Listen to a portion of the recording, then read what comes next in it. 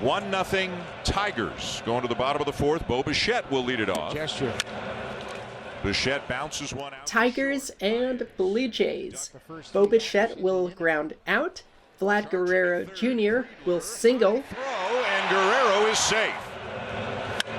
Baez racing in. And with 2 on and 2 out, 2-2. you asked us about this play. Field, a base hit. Runners are going, and a ground ball in the hole.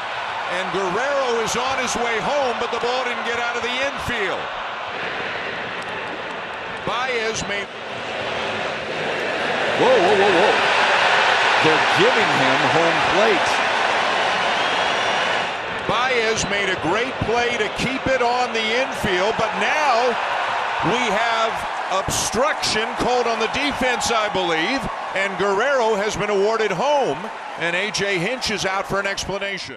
As Detroit looks around like what happened while Toronto celebrates and A.J. Hinch gets an explanation, let's talk about what happened. Going, and a ground ball. Guerrero hurdles the batted ball to get out of its way. Nice. But then there's obstruction by the third baseman. Also by the third base coach, but that doesn't count because you can't obstruct your own teammate.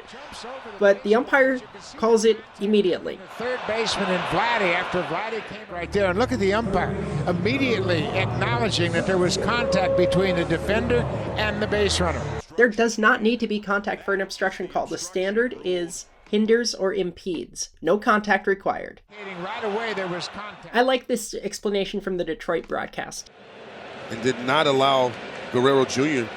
a clear view or a clear path to home plate. Let's talk about why this is obstruction in the first place. The positioning of the fielder means the runner is forced to go around him. The runner's entitled to run the bases, but the fielder's position means the runner has to go further outside, increasing the distance and time Guerrero needs to make it home.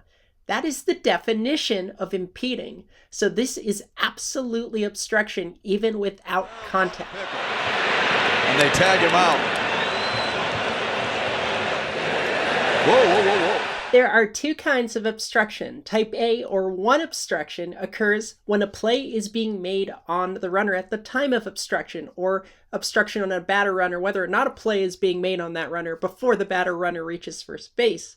Type B, or 2 obstruction, is obstruction that occurs on a runner when no play is actively being made on that runner. Mechanics-wise, these are different. Type A is an immediate dead ball and the runner gets at least 1 base from their last base touched at the time of obstruction. Type 2, you point at it but keep play alive. Only when the play naturally ends do you take steps to, quote, nullify the act. Which means if the runner would have made it to this base, you put them on that base. It doesn't have to be an extra one. You could just be protecting them back to the base that they came from. Given those definitions, what type of obstruction do you think this is? His way home, but the ball didn't get out of the infield. And that is the obstruction ruled by Javier Baez. Let's look at the umpire's mechanics. Third base umpire signals safe, as in the runner didn't interfere with the batted ball, jumped over it. Then the umpire sees the obstruction and points at it. Remember what we just talked about. When you point, but you don't call time, that is type 2, type B obstructions enforcement. But after the play, he calls time and awards Guerrero the next base. So one of 2 things has happened. He has either ruled this type A obstruction with an incorrect mechanic, or more likely, I suppose, type B, and ruled that the penalty is to award the runner home plate. Do you think Guerrero would have made it home had there been no obstruction? Remember, we're nullifying the act, not an automatic base award. That's the judgment call aspect of this play.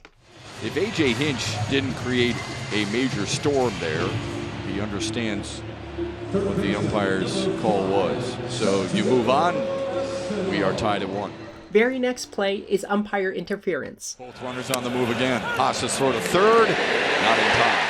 Oh, I also wanted to show this, the hold sign from Hinch. For all the comments I got yesterday saying that I'm excusing Francona's behavior or something like that. No, they all do hold signs. What are they sending him back for? Anyway, type 1 umpire's interference occurs when the plate umpire hinders, impedes, or prevents a catcher's throw on a stolen base. The simple penalty is you send the runners back to where they came from. I just thought it was interesting to have these on back-to-back plays. Check swing, grounder to first. Torkelson will feed Rodriguez and the inning is over.